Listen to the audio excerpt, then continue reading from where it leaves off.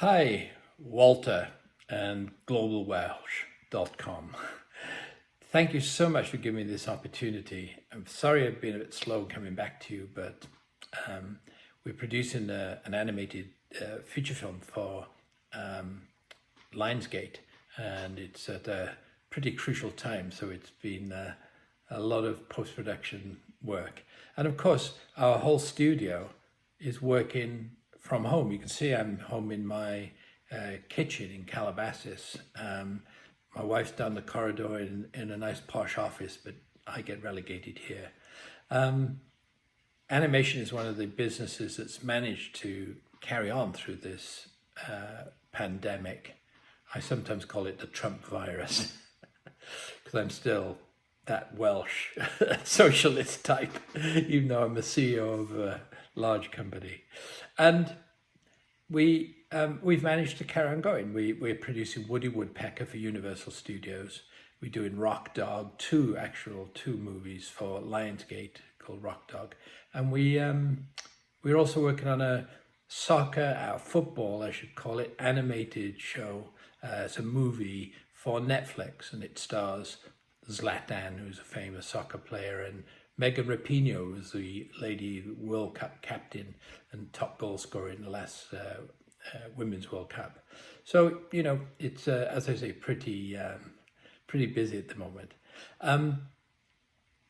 Moments of motivation. By the way, I'm wearing my Cardiff City shirt, an old one, because I've just watched Cardiff City lose 2-0 to Fulham in the playoffs. So it's the wrong day for me to be motivational, but I'll try my very, very best, okay? So 31 years ago, we moved to America from Wales and set up our studio here. I'm best known as the creator of SuperTed, and we produced Fireman Sam and many other shows as serial animation in Wales. But at that time, and things have changed tremendously, the whole business was here.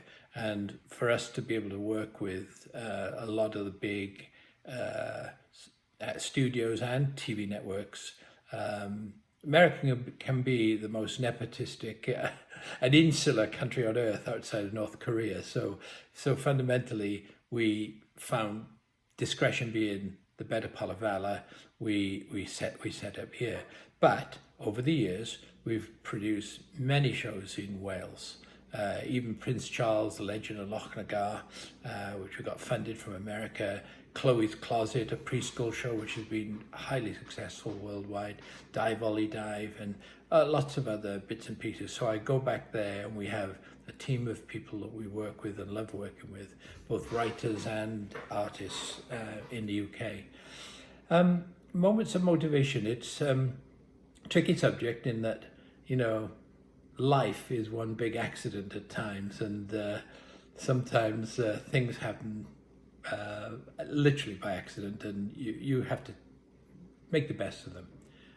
I got remarried, and I inherited a little boy named Richard, who was like 2.5 years old at the time, and he was afraid of the dark.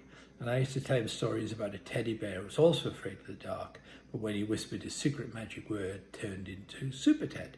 And we started to publish some books and write some bits and pieces, and gradually the TV networks started sniffing around. I knew nothing about producing animation at that time, and managed to talk myself into, or talk a network, S4C, the Welsh fourth television channel, into coming on board and funding some SuperTed episodes. For them it was great because it took their logo around the world. You know, most obviously Welsh language shows would be shown in Welsh in Wales, especially at that time. Though again, even that's changed tremendously with series like Hinterland, etc., which have been really successful in America and originally shot in Welsh. But I'm talking about 40 years ago. So it's recognizing an opportunity and trying your very best to fit into that opportunity.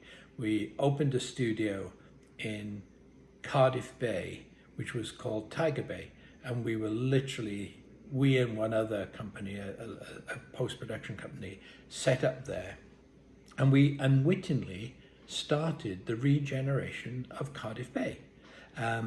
We were above Lloyd's Bank, some old offices, and across the road from the the main building in Mount Street Square, where the post-production company started, and we started producing. And we knew so little about the business. We sort of copied Disney, the way Disney did things. So we unwittingly made what was at that time a very high quality animated series of TV. Normally, if you look back in the beginning of the 80s, TV animation was very, very basic, but SuperTed was fully art directed, and as I say, it was out of naivety more than anything else.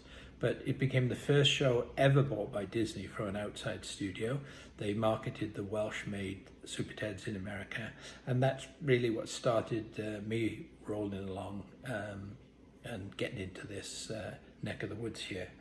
I think it's always sometimes we, as British, let alone Welsh, can sometimes be a bit, I can say, laid back and negative at times. We look for some of the bad things, look for the good things.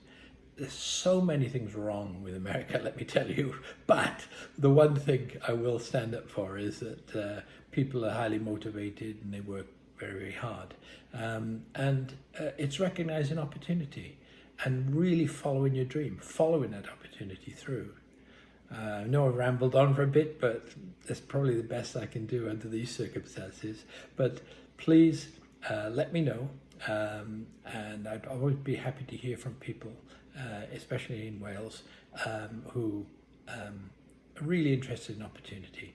We hope to be back there soon, producing Catherine Jenkins' Symphony Street. It's an animated show based around a young Catherine character in animation, and all the characters in the show are instruments of the orchestra, and they live in a town. One part's rock and roll, one part's jazz, one part's classical music, and the other part's country music, we'll call it. And she's she and little boy are the only human characters in it. All the others are instruments of the orchestra. So again, you can see it's coming up with ideas, creative ideas that really have a market out there. We don't make things for ourselves, we make them that make sure that there is a market for them. So, Bore da, I hope this is of some use to you, and please splashentertainment.com, look us up. Bye for now. Bye.